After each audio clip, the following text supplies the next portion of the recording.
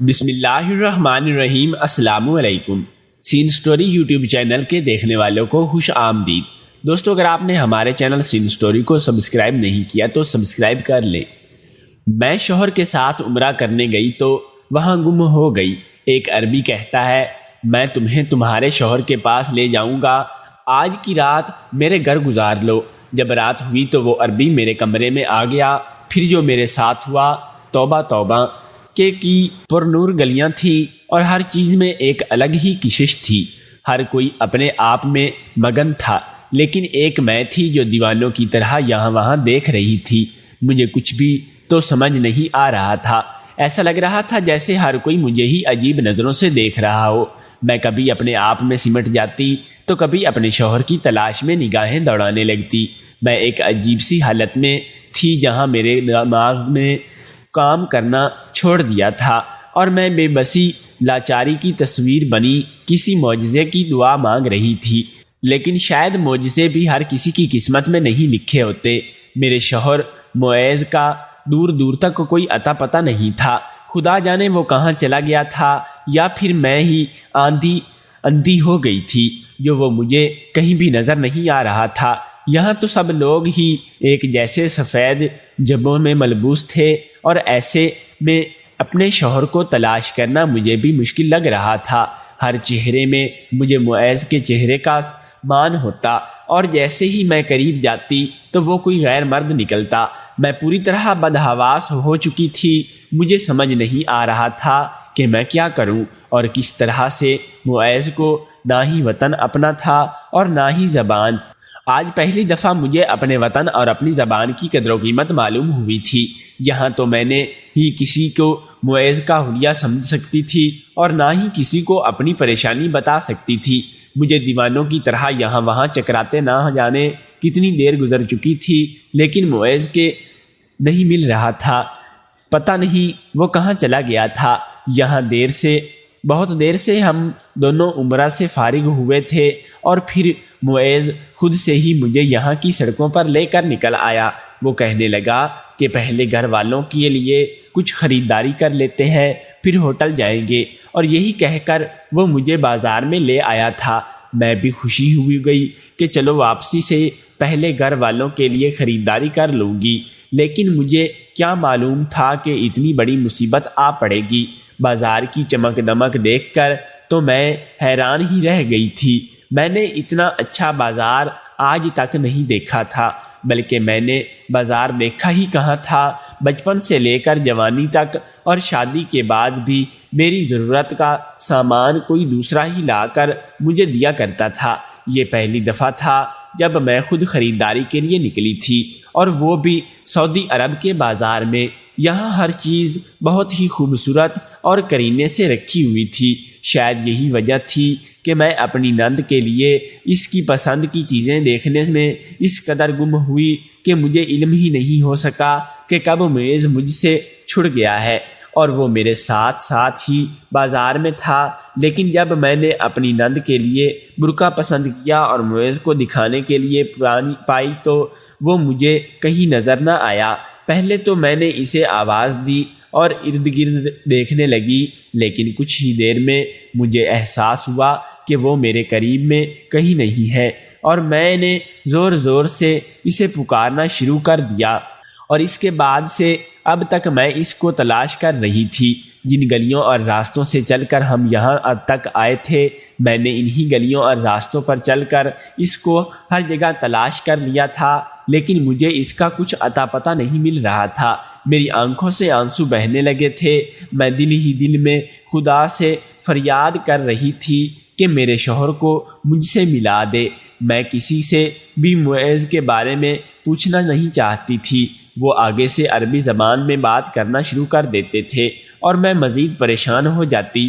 نہ ہی مجھے یہ زبان آتی تھی اور نہ ہی مجھے اشاروں میں معیز کے بارے میں پوچھتا آ رہا تھا۔ میں ایک عجیب سی پریشانی میں آ گئی تھی اور خود کو کوس رہی تھی کہ مجھے معیز کا ہاتھ چھوڑنے کی ضرورت ہی کیا تھی۔ خیر ملک میں آخر کوئی کیسے اتنا لاپرواہ ہو سکتا ہے، اور معیز وہ مجھے چھوڑ کر کہاں چلے گئے۔ مجھے معیز پر بھی بہت غصہ آ رہا تھا۔ جب کافی دیر ایسے ہی گزر گئی اور مجھے کچھ نہ سمجھ آیا تو میں نے سوچا کہ میں اپنے ہوٹل واپس چلی جاتی ہوں، ہو سکتا ہے کہ معیز بھی مجھے تلاش کر کے وہاں واپس ہوٹل میں پہنچ چکے ہوں۔ یہی سوچ کر میں نے انہی راستوں پر چلنا شروع کر دیا، یہاں سے چلتے ہوئے ہم یہاں تک پہنچے تھے، لیکن تھوڑی دیر میں مجھے احساس ہوا کہ میں جہاں سے چلی تھی وہاں واپس پہنچ گئی ہوں۔ 1 گھنٹے تک چلتے رہنے کے بعد میں واپس اسی بازار میں آ گئی تھی جہاں سے میں نے ہوٹل کے لیے سفر شروع کیا تھا، اور جیسے ہی مجھے اس بات کا احساس ہوا کہ میں ہوٹل کا راستہ بھی بھول چکی ہوں، پوری طرح میرے اوزان خطا ہو گئے تھے، اور اب مجھے صحیح طرح سے اس بات کا احساس ہو رہا تھا کہ میں کتنی بڑی مشکل میں ہوں۔ دیار غیر میں بے آسرا کھڑی رہ گئی تھی، اور اب تک میرے پاس ہوٹل واپسی کا بھی کوئی راستہ نہیں تھا۔ میں نے کسی جان پہچان کے چہرے کو تلاش کرنے کے لیے ادھر ادھر نظر دوڑائی، لیکن یہاں کوئی میری جان پہچان کا کہاں نکلتا۔ یہ میرا وطن ہے، میرا شہر تھوڑی تھا، یہاں تو تقریباً سارے ہی عربی لوگ نظر آتے ہیں۔ جب میں پوری طرح بے بس ہو گئی اور مجھے یقین ہو گیا کہ میں معیز کو نہیں ڈھونڈ پاؤں گی تو خود بخود آنسو تیزی سے میری آنکھوں سے بہنے لگے۔ ساری بہت آہستہ آہستہ دم توڑ گئی تھی، اور مجھے لگ رہا تھا کہ اب میں بھی کبھی معیز کا چہرہ نہیں دیکھ پاؤں گی۔ میں پوری طرح مایوس ہو گئی تھی، کیونکہ مجھے معیز سے بچھڑے کوئی 3 گھنٹے ہونے والے تھے، اور ان 3 گھنٹوں میں مجھ پر جو قیامت بیتی تھی وہ صرف میں ہی جانتی ہوں۔ ایک ایک لمحہ صدیوں کے برابر محسوس ہو رہا تھا، اور آنکھیں تھیں کہ بس معیز کو دیکھنے کے لیے بے تاب تھی۔ میرا شوہر، میرا محافظ نہ جانے اس وقت کہاں تھا، اور میں اس کے بغیر خود کو بالکل غیر محسوس تصور کر رہی تھی۔ 3 گھنٹے بعد بھی جب معیز کا کوئی سراغ نہ ملا اور نہ ہی مجھے اپنے ہوٹل کا نام پتہ یاد آیا تھا، میں ایسے ہی روتے ہوئے سڑک کے ساتھ بنے فٹ پاتھ پر بیٹھ گئی اور خدا سے دوبارہ سچے دل سے دعا مانگنے کے لیے میں مزید آزمائشوں کی چکی میں نہیں پسنا چاہتی تھی۔ پہلے ہی بچپن سے لے کر آج تک میں نے بہت دکھ اٹھائے تھے، اور اب میں معیز کے ساتھ ایک خوشگوار زندگی گزارنا چاہتی تھی۔ میں تو یہ سوچ کر عمرے کی ادائیگی کے لیے آئی تھی کہ اس طرح نہ صرف ایک فرض کی ادائیگی ہو جائے گی، بلکہ مجھے اور معیز کو ایک ساتھ کافی وقت گزارنے کو وقت ملے گا، ہماری دوریاں بھی کچھ کم ہو جائیں گی۔ لیکن مجھے کیا معلوم تھا کہ یہاں تو قدم اٹھاتے پر ایک آزمائش میری منتظر ہے۔ میں اور معیز بے اولاد تھے، اور ہماری شادی کو سال ہونے والا تھا۔ مجھے اولاد کی بہت خواہش تھی، اور معیز ہی کہہ کر مجھے یہاں لائے تھے کہ ہم بیت اللہ جا کر اولاد کے لیے دعا مانگیں گے تو ہماری جولی خوشیوں سے بھر جائے گی۔ لیکن یہاں جس طرح میں اور وہ جدا ہوئے تھے، میری جان ہی نکل گئی تھی۔ مجھے روتے ہوئے بیٹھے کچھ ہی دیر گزری تھی کہ ایک عربی مجھے رات کو اندھیرے میں اس طرح سڑکوں پہ بیٹھا دیکھ کر میرے پاس آیا اور بڑی اچھی اردو میں پوچھنے لگا کہ کیا بات ہے، کوئی پریشانی ہو گئی ہے؟ لگتا ہے کہ آپ اپنا ہوٹل بھول گئی ہیں۔ اس عربی کو اردو بولتا دیکھ کر مجھے خوشی کا احساس ہوا تو پورے 3 گھنٹے بعد مجھے کوئی ایسا شخص ملا تھا جو میری زبان کو سمجھ بھی سکتا تھا اور مجھ سے بات بھی کر سکتا تھا۔ میں نے جلدی اسے بتایا کہ میں اور میرے شوہر عمرے کی ادائیگی کے بعد حرم سے نکلے تھے اور پھر کچھ خریداری کے ارادے سے بازار آئے تھے، لیکن یہاں آ کر قسمت نے ہمیں ایک دوسرے سے جدا کر دیا، اور اب میں نہیں جانتی کہ میرا شوہر کہاں ہے اور میں اسے کہاں تلاش کر سکتی ہوں۔ اس عربی نے سر سے پاؤں تک مجھے عجیب سی نظروں سے دیکھا اور کہنے لگا، کیا آپ کو ہوٹل کا نام تک یاد نہیں ہے جس میں آپ اور آپ کے شوہر ٹھہرے ہوئے تھے؟ آپ کسی سے بھی ہوٹل کا نام کہتی تو کوئی بھی آپ کو اس ہوٹل تک پہنچا دیتا۔ اس عربی کی بات سن کر میری آنکھوں سے آنسو بہنے لگے، اور میں نے روتے ہوئے اسے بتایا کہ نہ ہی مجھے ہوٹل کا نام پتہ ہے اور نہ ہی میرے شوہر نے مجھے بتایا تھا کہ ہم کس ہوٹل میں ٹھہرے ہیں۔ مجھ سے بہت بڑی غلطی ہو گئی۔ ایک انجان شہر میں آ کر مجھے کم از کم اس جگہ کو تو یاد رکھنا چاہیے تھا جہاں میں رکی ہوئی تھی، لیکن اب پچھتانے کا کوئی فائدہ نہیں تھا، کیونکہ جو ہونا تھا وہ تو ہو چکا تھا۔ اب تو بس مجھے کسی نہ کسی طرح معیز کے پاس پہنچنا تھا۔ اس عربی نے مجھ سے پوچھا کہ جو آپ نے کندھے پر بیگ لگایا ہوا ہے کیا یہ خالی ہے؟ اس کی بات سن کر میں چونک گئی۔ پریشانی کے عالم میں مجھے یہ بات تو یاد نہیں رہی تھی کہ میرے کندھے پر ایک بیگ لگا ہوا ہے جس میں میرا ID کارڈ اور کچھ ضروری چیزیں موجود تھی۔ میری اماں نے مجھے سختی سے ہدایت کی تھی کہ اس چھوٹے بیگ کو خود سے جدا نہ کرنا، اور اسی لیے یہ میرے کندھے پر لگا ہوا تھا۔ لیکن وہ کہتے ہیں نا کہ پریشانی میں انسان کو سامنے کا راستہ بھی دکھائی نہیں دیتا، اور میرے ساتھ بھی کچھ ایسا ہی ہوا تھا۔ مجھے اس بات کا بالکل بھی خیال نہیں رہا تھا کہ میرے کاندھے پر کوئی بھی لگا ہوا ہے۔ میں نے فوراً وہ بیگ اتارا اور اس عربی کو دیا اور کہا کہ اس میں میرے کاغذات اور کچھ ضروری چیزیں موجود ہیں۔ میں تو پڑھی لکھی نہیں ہوں، آپ ہی یہ سب دیکھ کر میری مدد کر دیجئے اور میں یہ میرے شوہر کے پاس پہنچا دے۔ مجھے یقین تھا کہ میرا شوہر بھی میرے لیے اتنا ہی پریشان ہوگا جتنی کہ میں ہو رہی تھی۔ میری بات سن کر وہ عربی کہنے لگا، آپ پریشان نہ ہو، میں آپ کی مدد کر دیتا ہوں، بس آپ کے ہوٹل کا پتہ چل جائے تو پھر آپ کے شوہر تک آپ کو پہنچانا کچھ مشکل نہیں ہے۔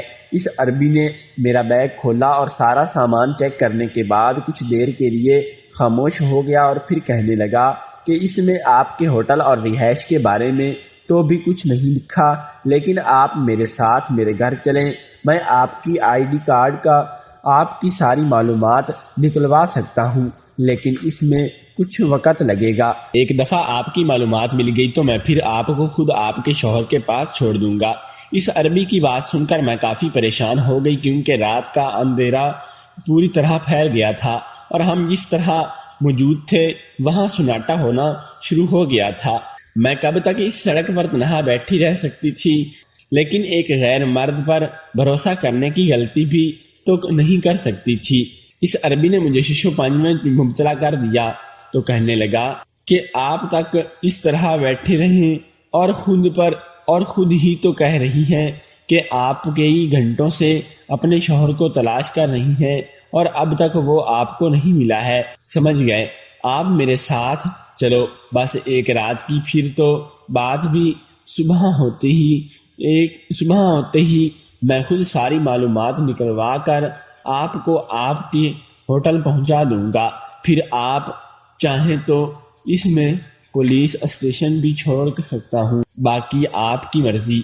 تو میں یہاں اکیلی اس سڑک پر کیا کروں گی؟ میں نے فوراً اسے آواز دی اور کہا کہ ٹھیک ہے، میں آپ کے ساتھ چلنے کے لیے راضی ہوں، لیکن آپ پہلے فرصت میں صبح ہوتے ہی میرے شوہر کو ڈھونڈ کر مجھے اس کے پاس پہنچا دیجیے گا۔ وہ مسکرا کر کہنے لگا، بالکل آپ فکر نہ کریں، بس آج کی رات ہی تو گزارنی ہے۔ آپ میرا گھر سے بہت ہی بڑا ہے اور خوبصورت ہے، آپ کو کوئی تکلیف نہیں ہوگی۔ میں زیادہ سے زیادہ تھک چکی ہوں۔ لنگڑاتے ہوئے میں اس کی گاڑی میں بیٹھ گئی تھی۔ دراصل مجھے پتا تھا، اسی لیے چلنے سے کافی دشواری پیش آتی تھی۔ آج تو میں صبح سے ہی مستقل چل رہی تھی اور اب آدھی رات ہوئے کوئی آئی تھی، اس لیے میرے پیر میں شاید درد اٹھ رہا تھا۔ میں اس عربی کی گاڑی میں بیٹھی تھی تو مجھے دیکھ کر مسکرایا اور کہنے لگا کہ آپ کے پیر میں تکلیف ہو گئی ہے اور آپ میرے گھر چلیں، آپ کو دروازہ دیتا ہوں، آپ جلدی ٹھیک ہو جائیں گی۔ اس کی بات سن کر میں نے کچھ نہ دیکھا، خاموشی سے گاڑی میں بیٹھی دل ہی دل میں دعا کرنے لگی کہ بس آج کی رات خیریت سے گزر جائے اور صبح کا سورج طلوع ہوتے ہی مجھے میرا شوہر مل جائے گا۔ میں معیز سے بے پناہ محبت کرتی تھی اور میں نے کبھی نہیں سوچا تھا کہ یہ زندگی کبھی کوئی دن ایسا بھی آئے گا کہ جب وہ مجھے سے بچھڑ جائے گا اور میں اسے دیکھنے کے لیے ترس جاؤں گی۔ اس عربی نے گاڑی تیز رفتاری سے چلائی اور پھر ہم ایک بڑے سے نکلے پر بھی گئے۔ وہ عربی زیتون لگا کر کہ یہ میرا اٹالہ ہے، میری ماں تو پاکستان گئی ہوئی ہے، میں یہاں اکیلا رہتا ہوں۔ اس کی بات سن کر میں کچھ پریشانی میں پریشان بھی اس بات پر تھی کہ میں اس کے ساتھ ہی اس بنگلے میں رات کیسے گزار سکتی ہوں، کیونکہ وہ میرے لیے بالکل انجان مرد تھا، اور حیرانی اس بات کی تھی کہ اس کی ماں ایک پاکستانی عورت تھی اور باپ عربی۔ اب مجھے سمجھ آ رہا تھا کہ اس لیے اس کی اردو بھی اچھی تھی۔ میں اس کے گھر میں داخل ہوئی تو اتنا خوبصورت بنگلہ دیکھ کر حیران رہ گئی۔ اس نے بتایا کہ وہ یہاں کا بہت امیر آدمی ہے اور اس کے پاس زیادہ اثر اور رسوخ ہے، اور میں نے فوراً اس سے کہا کہ پھر تو آپ کے لیے میرے شوہر کو ڈھونڈنا کچھ مشکل نہیں ہوگا۔ اس نے عجیب ارپا ہوتی ہوئی نظروں سے مجھے دیکھا، جیسے کچھ کھو جاتا چاہتا ہو، اور پھر مجھے لگا نہیں، بالکل بھی نہیں ہوگا۔ میرے لیے آپ کے شوہر کو رات میری مہمان ہے۔ ویسے ایک بات تو بتائیں کہ کیا آپ کا شوہر آپ سے بہت محبت کرتا ہے، جو آپ کی خاطر قدرے تڑپ رہی ہے، یا وہ کوئی بہت امیر اور خوبصورت انسان ہے؟ اور عربی کے پاس اس عربی کی بات سن کر میں حیران ہوئی، اور میں نے کہا کہ ہر بیوی اپنے شوہر کے لیے ایسی ہی سوچ رکھتی ہے، اس لیے شوہر کا خوبصورت یا امیر ہونا شرط تو یہ نہیں کہ، اور رہی بات محبت کی، تو ضرورت ہی نہیں کہ ہر رشتے میں محبت ہو۔ میری بات سن کر اس نے ہاں میں سر ہلایا، جیسے وہ میری بات سمجھ گیا ہو، اور پھر اس نے اپنی ملازمہ سے کہا کہ مجھے ایک کمرے میں بھجوا دیا۔ میں خاموشی سے بستر پر پاؤں رکھ کر لیٹ گئی۔ میری بات سن کر اس نے ہاں میں سر ہلایا، جیسے وہ میری بات سمجھ گیا ہو، اور پھر اس نے اپنی ملازمہ سے کہا کہ مجھے ایک کمرے میں بھجوا دیا۔ میں خاموشی سے بستر پر پاؤں رکھ کر لیٹ گئی۔ میرے پیروں میں بہت زیادہ تکلیف ہو رہی تھی، میری آنکھوں سے آنسو بہہ رہے تھے، اور میں سوچ رہی تھی کہ پتہ نہیں معیز کہاں ہوں گے، کس حال میں ہوں گے، وہ بھی تو مجھے تلاش کر رہے ہوں گے نا۔ معیز کا خیال آتے ہی میرے آنسوؤں میں روانی آ گئی تھی۔ کتنی محبت، کتنے ارمانوں سے وہ مجھے اس سرزمین پر لائے تھے۔ شادی کے پورے 1 سال بعد وہ جا کر تو ہمارے رشتے میں صرف آنی شروع ہوئی تھی، ورنہ اب تک تو ہم غیروں کی طرح ایک ساتھ تھے، اور اب جب کہ ہمارے درمیان یہ دوریاں ملنے لگی ہیں تو ہمارے آس پاس بچھڑ جانا بہت ہی دل شکن تھا۔ دراصل معیز مجھ سے شادی سے پہلے محبت کرتا تھا، بلکہ وہ تو مجھ سے شادی بھی نہیں کرنا چاہتے تھے۔ میں ایک پولیو کی مریض تھی، اور شاید یہی میری سب سے بڑی خامی تھی۔ لیکن معیز کی اماں نے، جو میری خالہ بھی تھی، انہوں نے معیز پر اس کے رشتہ داروں کے لیے بہت زیادہ دباؤ ڈالا، کیونکہ میری عمر نکلتی ہی چلی جا رہی تھی، اور میرے اس نقص کی وجہ سے میرے کوئی رشتہ دار نہیں آ رہے تھے۔ اس لیے خالہ کو مجھ سے ہمدردی ہو گئی، اور انہوں نے اپنے بیٹے کو اس بات کے لیے مجبور کیا کہ وہ مجھ سے شادی کر کے مجھے سہارا دے۔ پہل تو اس نے خوب احتجاج کیا، یہاں تک کہ وہ ہمارے گھر چلا آیا اور میرے سامنے آ کر بھی کھلے الفاظ میں کہہ دیا کہ وہ مجھ سے شادی نہیں کرنا چاہتا ہے۔ لیکن جب خالہ نے خودکشی کی دھمکی دی تو چاروں نچار سے راضی ہونا پڑا، اور میں تو بڑوں کے فیصلے کے آگے سر جھکانے پر مجبور تھی۔ خالہ کے کہنے پر میں اکثر معیز مجھ سے شادی تو کر لی تھی، لیکن نہ ہی وہ مجھے اپنانا چاہتا، نہ ہی اسے مجھ سے محبت تھی۔ میں بہت ہی خوبصورت، خوش اخلاق اور ملنسار لڑکی تھی، لیکن میرے ایک پاؤں کے چھوٹے حصے نے وجہ سے میری تمام خوبیوں اور کردار پر دوپہر گیا تھا۔ اگر معیز کی نظر میں کوئی چیز لکھتی تھی تو وہ میری عجیب داد ٹانک تھی، جیسے تیسے کہ ہم کی شادی ہو گئی تھی، اور اس شادی کے بعد بھی معیز کے رویے میں کوئی تبدیلی نہ آئی تھی، بلکہ وہ سارا وقت مجھے ہی سناتا رہتا تھا۔ ایسے ہی 7-8 مہینے گزر گئے اور ہمارے رشتے کے تناؤ میں کوئی کمی نہیں آئی تھی، لیکن پچھلے 2 مہینے سے معیز کے رویے میں واضح تبدیلی آئی تھی اور وہ مجھ سے کچھ بہتر انداز میں بات کرنا لگے تھے۔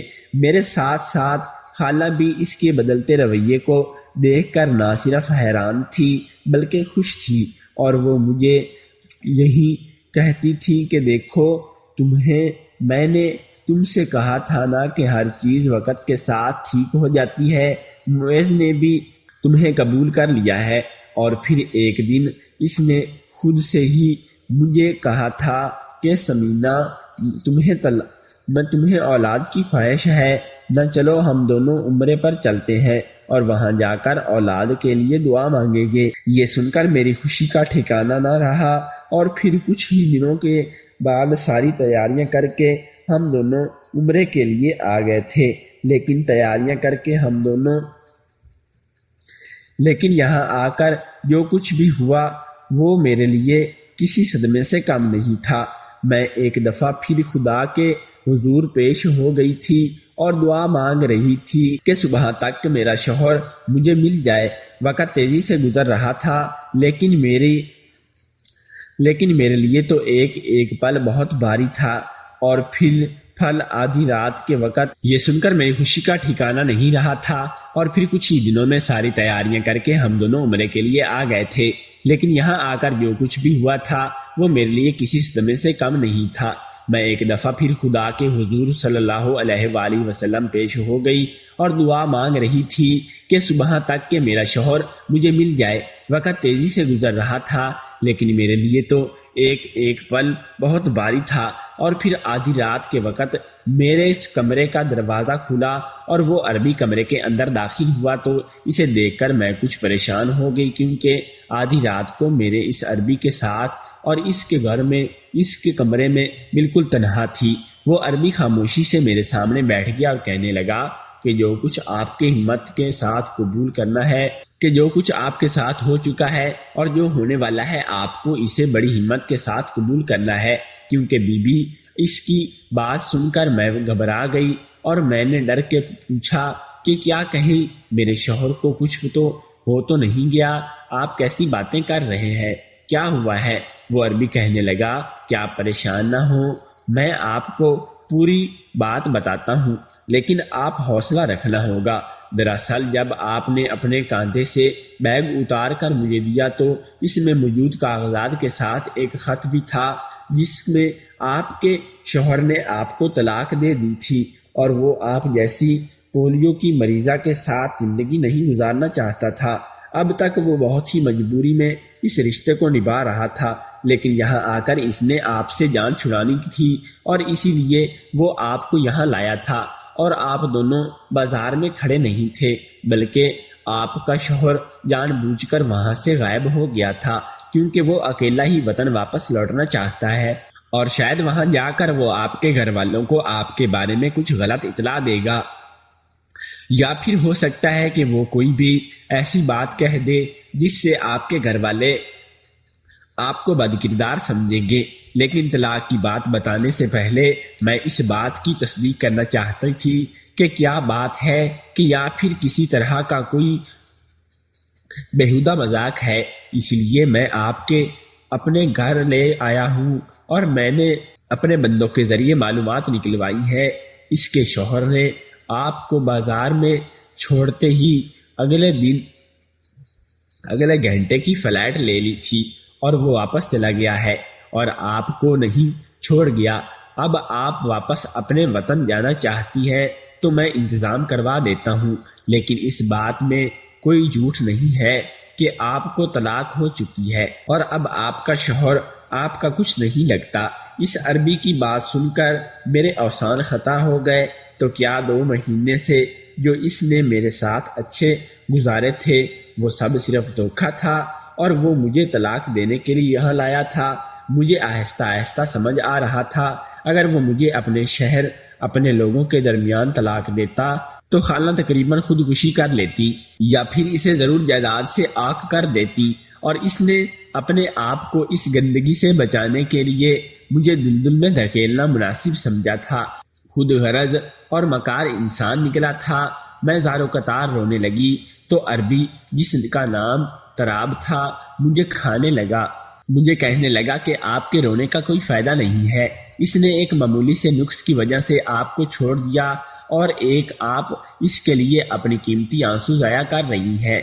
ایسے انسان آپ جیسی عورتوں کو ڈیرو نہیں کرتے۔ میں آپ کو واپس بھجوانے کا انتظام کر رہا ہوں اور چاہتا ہوں کہ جب آپ کی عدت مکمل ہو جائے تو آپ مجھ سے رابطہ کریں۔ میں آپ سے شادی کا خواہش مند ہوں۔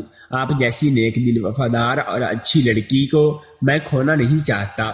اس کی بات سن کر میں حیران رہ گئی کہ مجھ میں اتنا واضح نقص ہونے کے باوجود بھی وہ مجھے اپنانا چاہتا تھا، جبکہ میرے شوہر نے مجھے طلاق دے دی تھی۔ اس نے مجھ سے میرا نمبر اور پتہ لے کر اور اگلی صبح کی میری واپسی کی فلائٹ کرا دی تھی، اور میں واپسی اپنے وطن آ رہی تھی۔ مجھے اپنے گھر والوں اور اپنے خالہ کو بتانا تھا کہ ان کے بیٹے نے مجھ پر ایک غیر ملک میں کیسا ستم ڈھایا ہے۔ میں نے ابھی تک یہ فیصلہ نہیں کیا ہے کہ مجھے اس عربی کی شادی کرنی چاہیے یا نہیں۔ فی الحال میں حدت میں ہوں اور ابھی مجھے اپنی عدت میں مکمل کرنے ہیں، اور آپ لوگوں مجھے بتائیں کہ کیا مجھے اس عربی سے شادی کر لینی چاہیے، کیونکہ اس نے ایک رات مجھے اپنے گھر پر ٹھہرایا، لیکن ایک دفعہ بھی مجھ پر کوئی بری نظر نہیں ڈالی، اور بہکی باتوں کے کردار کی گواہی کے لیے کافی ہے کہ آپ کا مشورہ ہو۔